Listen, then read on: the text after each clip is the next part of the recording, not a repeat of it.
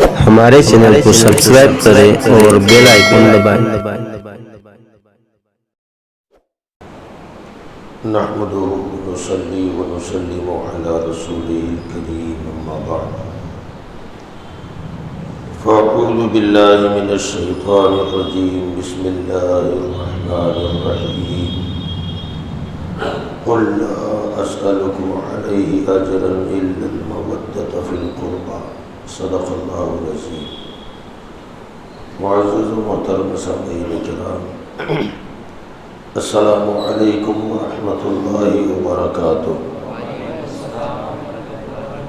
ان اللہ وملائکتہ یصلون علی النبی یا ایھا الذین آمنوا صلوا علیہ وسلموا تسلیما۔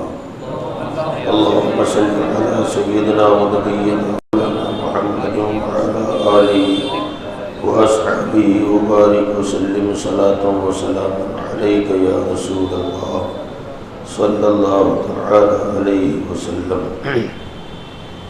حضرات گرامی، اللہ تبارک و تعالی قرآن مجید فرقان حمید میں ہمارے آقا صلی اللہ علیہ وسلم سے فرما رہا ہے، قل، اے محبوب صلی اللہ علیہ وسلم آپ فرما دیجئے، لا اسألکم علیہ اجرا، میں تم سے کوئی اجرت، بدلہ، معاوضہ نہیں مانگتا، الا المودۃ فی القربى، مگر یہ کہ تم میری اہل بیت سے محبت کرنا۔ اللہ تبارک و تعالی اپنے حبیب سے اجرت، معاوضہ، بدلہ نہ مانگنے کی بات فرما رہا ہے۔ اجرت مانگے یا نہ مانگے، دونوں صورتوں میں پہلے کسی کا کسی پر احسان ہونا ضروری ہوتا ہے۔ مثلا آپ ہماری کوئی مدد کریں اور آپ اس مدد کے بدلے میں ہم سے یہ کہیں کہ مولانا ہم نے جو سلوک آپ کے ساتھ کیا ہے اس کا بدلہ مجھے نہیں چاہیے، اس کا مطلب ہوا کہ پہلے احسان کیا آپ نے،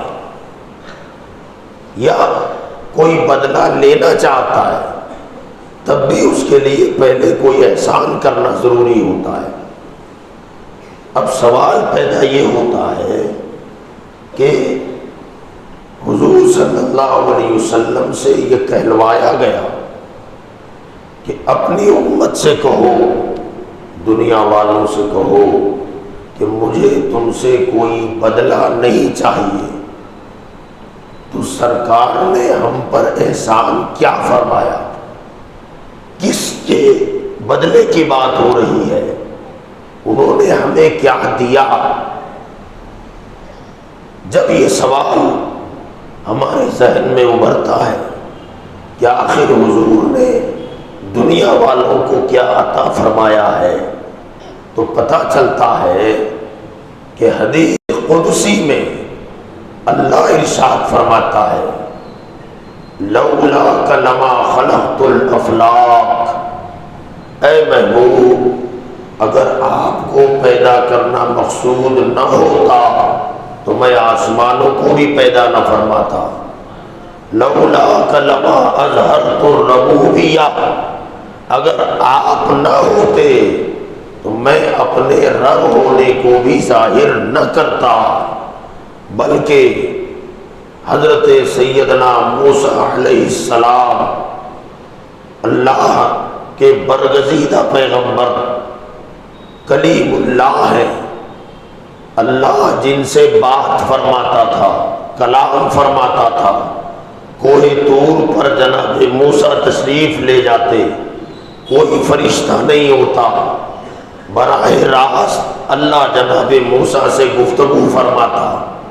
یہ بہت مقدر کی بات ہے. اللہ کسی سے ڈائریکٹ کلام کرے. حضرت موسیٰ علیہ السلام نے جب رب سے گفتگو فرمائی تو اپنے مقدر پر ناز کرنے لگے. دل میں خیال آیا کہ اللہ نے جو مرتبہ مجھے دیا ہے شاید یہ مرتبہ کسی اور کو نہ دیا گیا ہوگا. وہ عرض کرتے ہیں باری تعالیٰ میں تیرا بندہ، تو میرا رب ہے، تو میرا خالق اور مالک ہے. مولا میرا نصیبہ کتنا بلند ہے کہ تو مجھ سے کلام فرماتا ہے، گفتگو فرماتا ہے. اے اللہ میں یہ سمجھتا ہوں کہ جو مرتبہ تو نے مجھے دیا ہے ایسا مرتبہ کسی اور کو نہ دیا ہوگا. اللہ نے جناب موسیٰ سے ارشاد فرمایا اے موسیٰ جو کچھ تمہیں دیا گیا ہے اس پر شکر ادا کرو اور زندگی کے آخری لمحات تک توحید اور محمد کی محبت پر قائم رہنا. حضرت موسیٰ نے جب یہ بات سنی تو عرض کرتے ہیں باری تعالیٰ تیری توحید پر قائم رہنا تو سمجھ میں آتا ہے کہ مرتے دم تک تیری توحید کا قائل رہوں، اس پر قائم رہوں، لیکن کیا تیری توحید کے ساتھ محمد کی محبت ضروری ہے؟ توجہ فرمائیں، کیا تیری توحید کے ساتھ محمد کی محبت ضروری ہے؟ اللہ نے ارشاد فرمایا لولا محمد و امتہ لما خلقت الجنۃ ولا النار ولا الشمس ولا القمر ولا ملکا مقربا ولا نبی مرسل ولا ایاک. اے موسیٰ اگر محمد نہ ہوتے تم نہ میں سورت کو پیدا کرتا، نہ چاند کو پیدا کرتا، نہ جنت کو بناتا، نہ دوزخ کو بناتا، نہ نبیوں کو پیدا فرماتا، نہ فرشتوں کو پیدا فرماتا. اے موسیٰ اگر محمد نہ ہوتے تو میں تمہیں بھی پیدا نہ فرماتا. جناب موسیٰ سے اللہ فرما رہا ہے پتہ کیا چلا؟ آسمان بنا ہے میرے آقا کا صدقہ ہے، زمین بنی ہے ہمارے آقا کا صدقہ ہے، سورج چمک رہا ہے ہمارے آقا کا صدقہ ہے، چاند دمک رہا ہے یہ ہمارے آقا کا صدقہ ہے، نبیوں کو نبوت ملی ہے یہ ہمارے آقا کا صدقہ ہے، پیغمبروں کو پیغمبریت ملی ہے یہ ہمارے آقا کا صدقہ ہے، صحابہ کو صحابیت ملی ہے یہ ہمارے آقا کا صدقہ ہے، ابو بکر کو صداقت ملی ہے یہ ہمارے آقا کا صدقہ ہے، عمر کو عدالت ملی ہے یہ ہمارے آقا کا صدقہ ہے، عثمان کو سخاوت ملی ہے یہ ہمارے آقا کا صدقہ ہے، علی کو شجاعت ملی ہے یہ ہمارے آقا کا صدقہ ہے، حضرت فاطمہ کو طہارت ملی ہے ہمارے آقا کا صدقہ ہے، غوث اعظم کو غوثیت ملی ہے ہمارے آقا کا صدقہ ہے، امام اعظم کو امامت ملی ہے ہمارے آقا کا صدقہ ہے، غریب نواز کو خواجگی ملی ہے ہمارے آقا کا صدقہ ہے، احمد رضا کو مجددیت ملی ہے ہمارے آقا کا صدقہ ہے، ہم کو ایمان ملا ہے ہمارے آقا کا صدقہ ہے، قرآن ملا ہے ہمارے آقا کا صدقہ ہے، کلمہ ملا ہے ہمارے آقا کا صدقہ ہے. اسی کو تو امام احمد رضا فاضل بریلوی کہتے ہیں کہ لا و رب العرش جس کو جو ملا ان سے ملا، لا و رب العرش جس کو جو ملا ان سے ملا، بٹتی ہے کون میں اللہ. پتا چلا جسے جو کچھ ملا ہمارے آقا کا صدقہ ہے، جو مل رہا ہے ہمارے آقا کا صدقہ ہے، جو ملے گا ہمارے آقا کا صدقہ ہے. اب آقا فرماتے ہیں کہ تمہیں جو کچھ ملا میرا صدقہ ہے مگر مجھے بدلہ نہیں چاہیے. کہہ دیں یار سبحان اللہ، کہہ دیں جو کچھ ملا ہے یہ میرا صدقہ ہے، مجھے بدلہ نہیں چاہیے. اور اگر بدلہ مانگ لیتے تو دینے کی طاقت تھی ہمارے پاس. فرمایا جو ملا ملے گا سب میرا صدقہ، اس کا بدلہ نہیں مانگتا مگر یہ حسین سے محبت کرنا. حسن سے محبت کرنا، علی اور فاطمہ سے محبت کرنا، بس اتنا احسان، اور بدلے میں اہل بیت کی محبت۔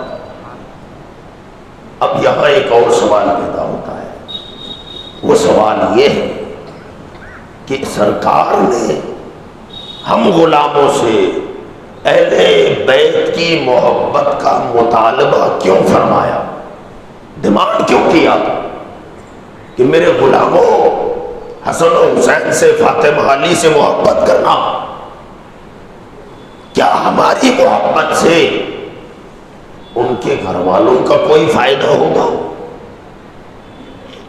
حسین کے نام پر اگر ہم نیاز کریں، سبیلیں لگائیں، ایصال ثواب کریں، محفلیں سجائیں، محبت کا اظہار کریں، تو اس میں حسن و حسین کا، فاطمہ و علی کا کیا فائدہ ہے؟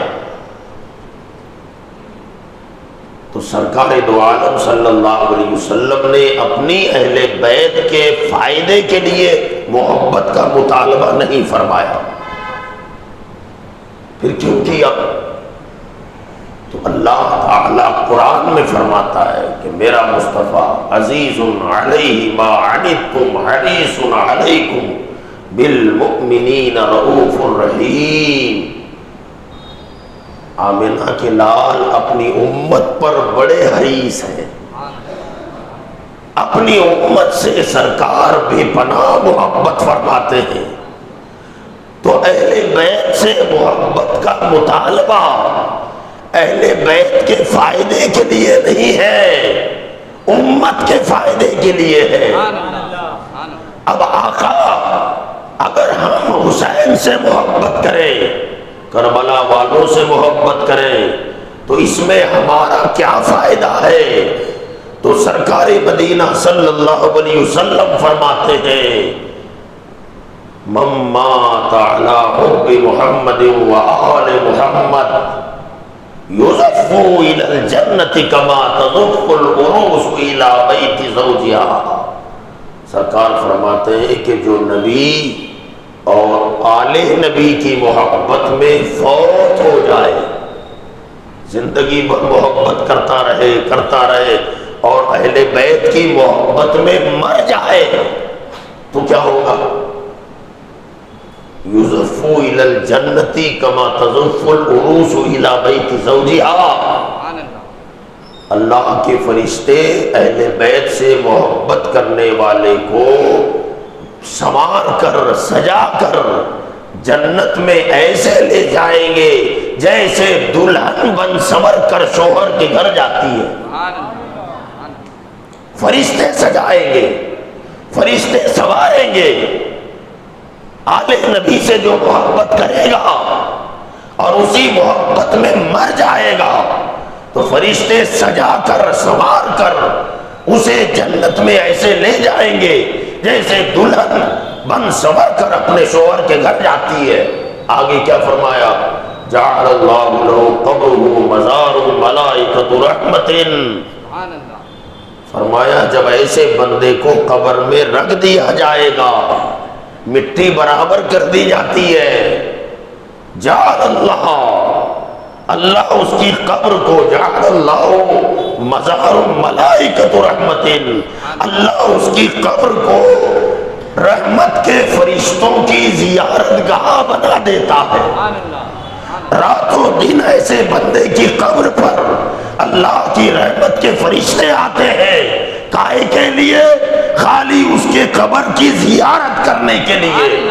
اب ذرا سوچو، جو آل نبی کی محبت میں مر جائے، اس کی قبر کی زیارت کے لیے جب فرشتے آتے ہیں، تو ذرا سوچو جب غلام حسین کی قبر کی زیارت کرنے فرشتے آتے ہیں، تو حسین کی قبر کا عالم کیا ہوگا؟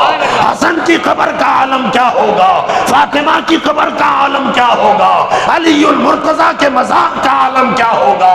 اور جب ان کے مزار کا یہ عالم ہے، تو آمنہ کے لال کے مزار کا کیا عالم ہوگا؟ ذرا سوچے، جعل اللہ لہ قبرہ مزار ملائکۃ رحمت، اللہ غلام حسین کی قبر کو رحمت کے فرشتوں کی زیارت گاہ بنا دیتا ہے. کتنے مقدر کے سکندر ہیں ہم. نبی نے حسین سے محبت کرنے کا جو مطالبہ کیا ہے، اس میں حسین کا کوئی فائدہ نہیں ہے، اس میں فائدہ ہمارا ہے. ان کی محبت ہمیں جنت لے جائے گی. ان کی محبت کی وجہ سے ہماری قبر پر فرشتے اتریں گے اور قبروں کی زیارت کریں گے. فرشتے سجا کر سنوار کر ہمیں جنت میں داخلہ عطا فرمائیں گے. تو میرے بھائیوں، بزرگوں اور دوستوں، امام عالی مقام امام حسین رضی اللہ تعالی عنہ کا مقام اور مرتبہ اتنا بلند و بالا ہے کہ اللہ اکبر. آپ ذرا دیکھیں، جس کی نانی خدیجۃ الکبریٰ، نانی خدیجۃ الکبریٰ، کون ہے خدیجہ؟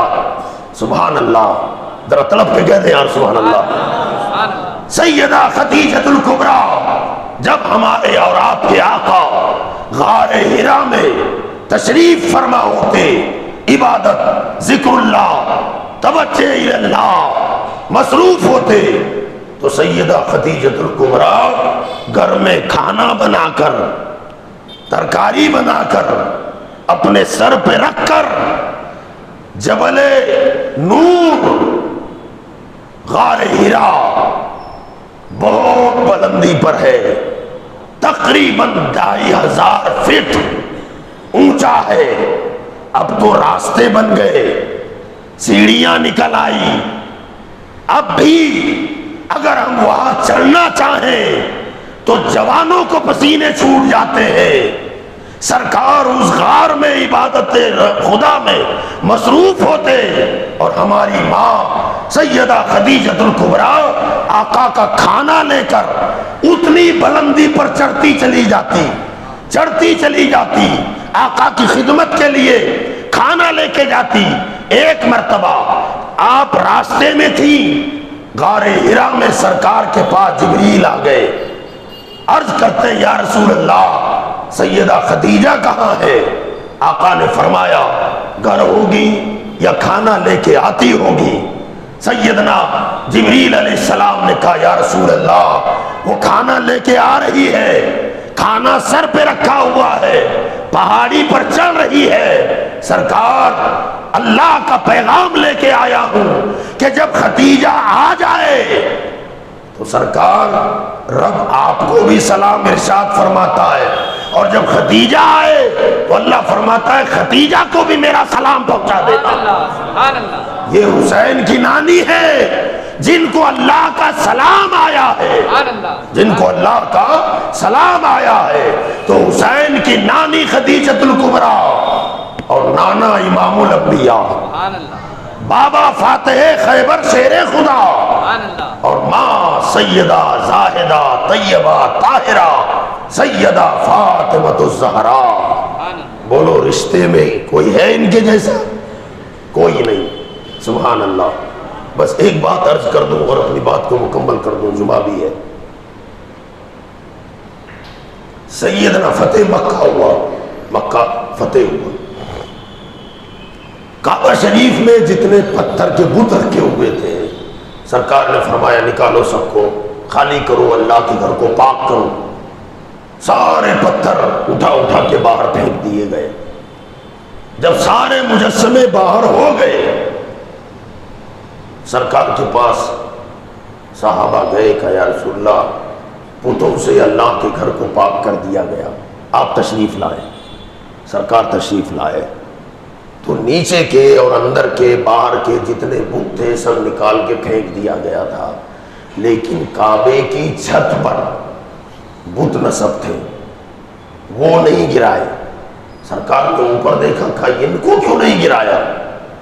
صحابہ کہنے لگے یا رسول اللہ، بلندی زیادہ ہے، کسی کا ہاتھ نہیں پہنچا، اس لیے اسے چھوڑ دیا. میرے آقا نے فرمایا علی کہاں ہے؟ علی کو بلاؤ، علی کو بلاؤ. حضرت علی آئے، کہا یا رسول اللہ میں حاضر ہوں. سرکار نے فرمایا علی میرے کاندھے پر چڑھ جاؤ اور کاندھے پر چڑھ کر ان بتوں کو گراؤ. حضرت علی کانپ گئے.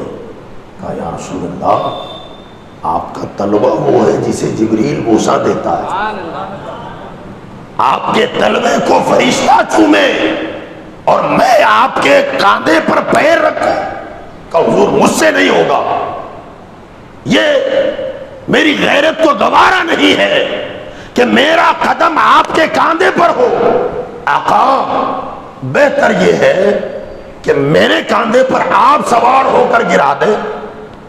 سرکار نے فرمایا علی تیرے کاندھوں میں اتنی طاقت نہیں ہے کہ نبوت کے بوجھ کو اٹھا سکے, نبوت کے بوجھ کو اٹھا سکے, اتنی طاقت تمہارے کاندھے میں نہیں ہے. بہتر یہی ہے کہ میں تم میرے کاندھے پر چڑھ جاؤ.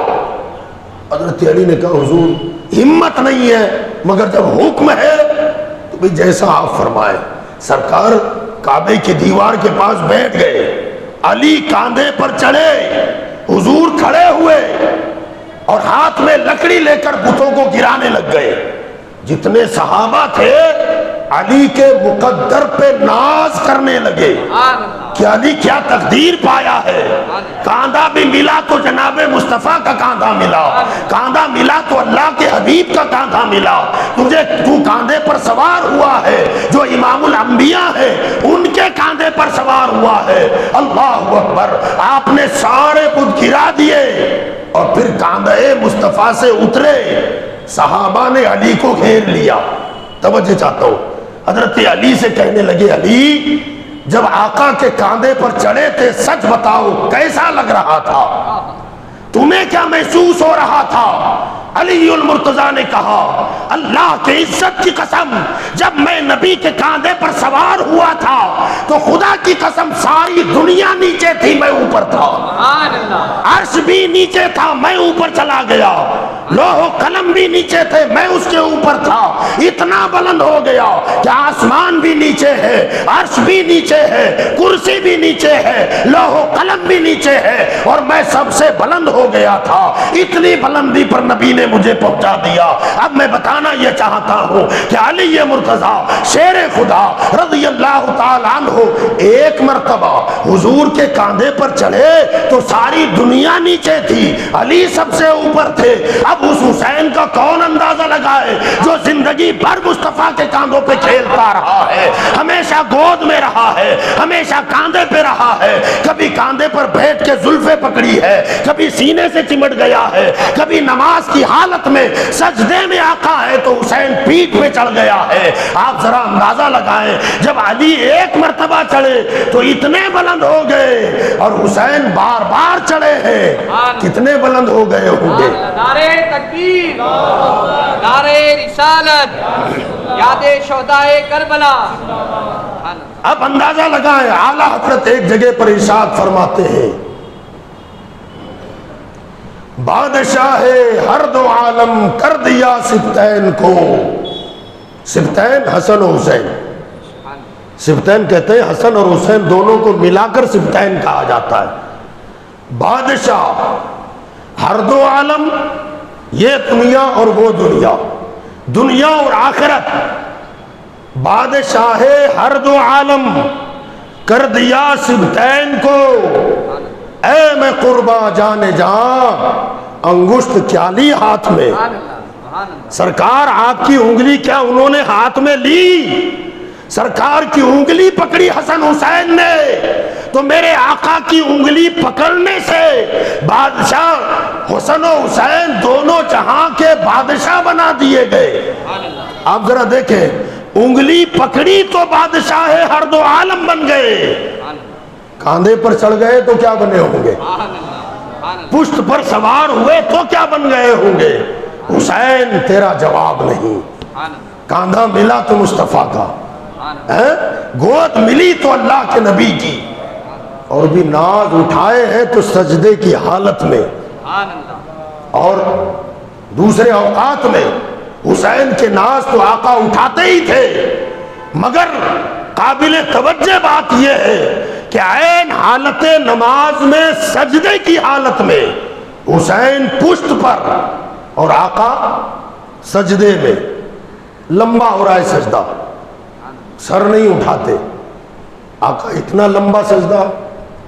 ایک مرتبہ تو جماعت میں ایسا ہو گیا تھا, جماعت میں حضور امامت ہے, امامت میں فرما رہے امامت, پیچھے مقتدی ہیں, مسجد بھری ہے, اور امام حسین حجرے سے نکل کے آ گئے, سرکار سجدے میں ہے, اوپر چڑھ گئے, آقا نے سجدہ لمبا کر دیا. صحابہ پریشان سجدے کی حالت میں کی, اللہ کیا اتنا لمبا سجدہ. کافی دیر کے بعد سرکار نے سجدے سے سر اٹھایا, نماز ہو گئی. صحابہ نے پوچھا رسول اللہ وہی نازل ہو رہی تھی؟ فرمایا نہ. کوئی خاص وجہ کیا؟ سجدے لمبے کرنے کا حکم آ گیا؟ کہنا جو تھا وہی ہے. کہ حضور معمول کے خلاف آج اتنا لمبا سجدہ آپ نے کر دیا. سرکار نے فرمایا ہاں, جب ہم سجدے میں گئے تو میرا بیٹا حسین آ کر کے میری پشت پہ سوار ہو گیا. سبحان اللہ, سبحان اللہ. سرکار دو عالم صلی اللہ علیہ وسلم نے سجدے سے سر اس لیے نہیں اٹھایا کہ کہیں میرا بیٹا گر نہ جائے, حسین کو کہیں چوٹ نہ آ جائے. سر اٹھاؤں گا تو حسین گر پڑے گا. سرکار نے جس شہزادے کا خیال نماز میں فرمایا, اس شہزادے کا مقام کتنا بلند ہوگا, کتنا اونچا ہوگا, کہ نمازوں میں جن کا خیال کیا گیا, سجدوں کو لمبا کیا گیا. اس حسین کو آج کے دن کربلا کی تپتے ہوئے صحرا میں ظالموں نے ظلم و جفا کے ایسے پہاڑ توڑے کہ تاریخ اسلام میں اس کی کوئی مثال نہیں ملتی.